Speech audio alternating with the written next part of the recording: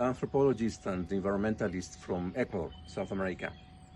And since my early professional years, I focused on conservation in indigenous peoples and traditional communities' lands. I actually lived with indigenous peoples and traditional communities most of my life in my home country, so I knew their situation quite well. And I combined this approach to biodiversity conservation with a long-time commitment that I have had to rural education with communities, which allowed me to understand better the cultural context of these communities and what they bring in terms of knowledge and the cultural values that are behind that. I also lived for some years in the Galapagos Islands, working with the inhabitants, with the population of the islands, to support efforts for environmental education and sustainable management of the resources of the islands, which are quite fragile.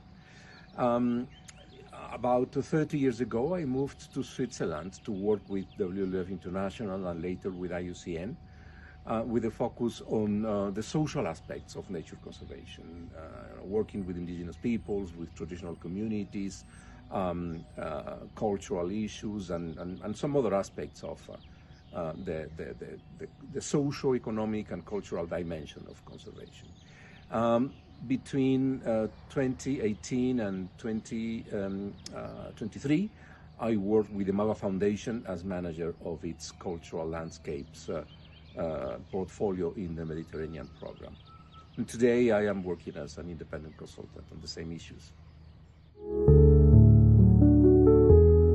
Well, I am not myself today a project implementer, but from my experience of accompanying and supporting project implementers all over the world, I think that the main challenge that exists today is the lack of enabling policy frameworks, legal frameworks, and also the conflicts between conservation and economic approaches.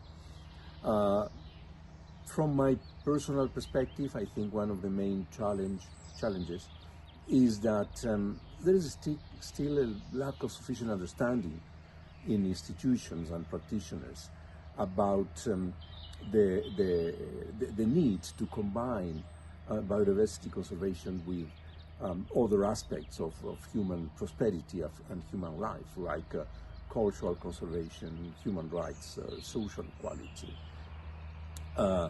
and socio-economic prosperity. If all this is not integrated through holistic approaches, there is no guarantee for sustainability. Well, primarily it's approach to inclusive conservation, that is, to conservation that integrates the efforts of local stewards, people who manage their lands and their resources in a sustainable way. And its intention to capture lessons from success stories and to promote standards and new ways of improving what these stewards of nature do in different places. So this has been my main interest in being part of the association.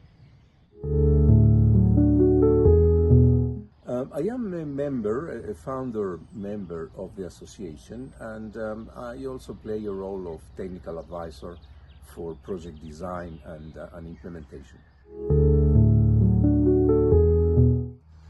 Well, the main project that the association is developing today is building resilience in areas of high biodiversity for nature and people.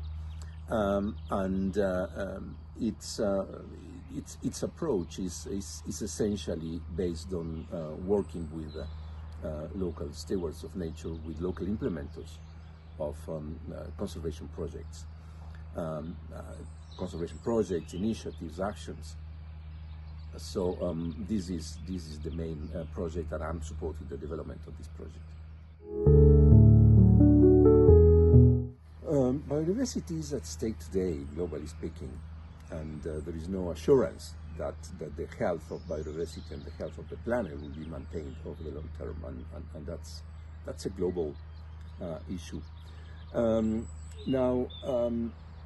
What is critical today is that we understand well the local context, and that support the work of local people and the work of local actors that have a commitment of stewardship of their environments.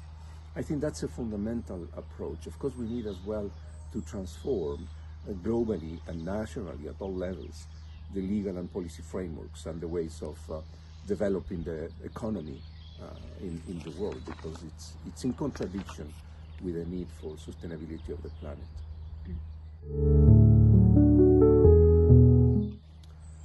There are two ways of doing it. One is through systematic analysis of the places and their conditions, and using a number of variables that can provide verifiable evidence about the status of biodiversity, the success stories, the factors of success, and so on. And the other important avenue to follow is opportunities. We need to find situations in which there are better opportunities for action and better opportunities for obtaining good outcomes, minimizing risks and building on factors of success. It's critical that the use of positive opportunities provide lessons and approaches that can be promoted elsewhere.